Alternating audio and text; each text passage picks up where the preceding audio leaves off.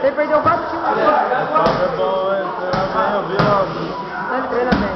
Hoje ele tá luta bem também. É muito preguiçoso. Não acredita nele.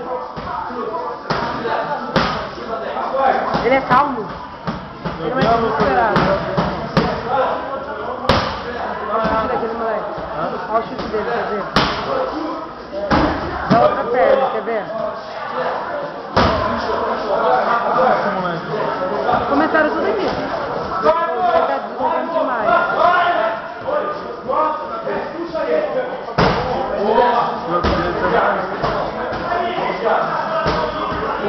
Aquele que tá lá no canto lá também tem pra caramba. Aquele que é o último menino lá. Ele é forte pra caramba.